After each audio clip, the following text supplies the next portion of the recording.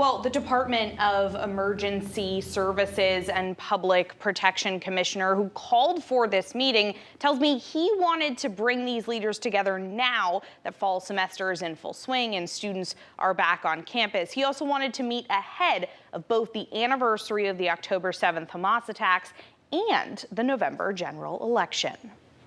Our approach in thinking about how we keep our campuses safe in 2024 is much different than it was several years ago. That's why more than 60 public safety officials from law enforcement and higher education met Tuesday for a leadership and strategy summit about campus security. We start thinking about how to make or keep our campuses places where people can come live, work, study, and visit. We can't apply the same approach that we applied 3 years ago, 5 years ago, or 10 years ago. They discussed hate speech and extremism, as well as strategies for keeping college campuses safe. Some of the differences that we're talking about now versus previously are really based on the results of what occurred on campuses, not just in Connecticut, but in New York and nationwide. Department of Emergency Services and Public Protection Commissioner Ronald Higgins says they talked about emerging practices, shared experiences from last spring and winter, and discussed different resources. Things have really quieted down as compared to last spring and prior to that. We learned a lot, and the mood on campuses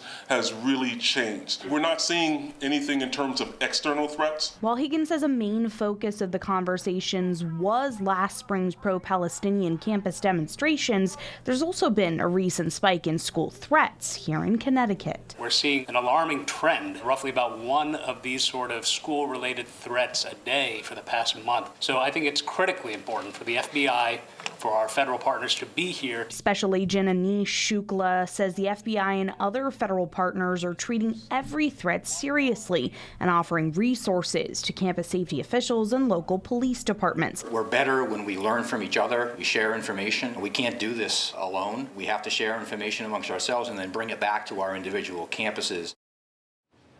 And Higgins says the group's already planning their next campus security meeting, but there's no date set on that yet. Officials also confirmed they're continually monitoring social media and online activity for threats, and at this time haven't found anything to warrant an increase in officers on campuses. Sarah, Brent.